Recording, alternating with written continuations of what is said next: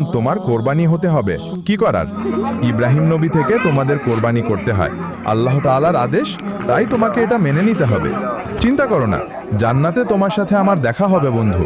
ভালো থেকো, টেনশন করো না। আর তোমাদের জন্ম তো এরকমই, তাই আল্লাহ তোমাদের সঙ্গে আমাদের দেখার তৌফিক দেবে পরপারে। আরে সুফিয়ান, এখানে কি করো? তাড়াতাড়ি আসো, কসাই চলে আইছে, নিয়ে আসো মহিষকে। বন্ধুরা, আমি তো শিক্ষণীয় ভিডিও বানাই, তাই বলে তোমরা লাইক সাবস্ক্রাইব করবে না? এটা যদি ফালতু ভিডিও হতো তাহলে অবশ্যই লাইক সাবস্ক্রাইব করতে।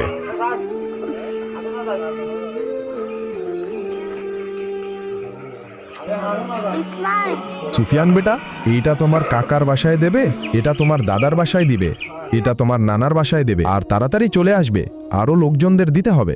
ঠিক আছে বাবা, তুমি যদি কোরবানির মাংস খাও তাহলে কমেন্টে পার্ট 2 লেখো।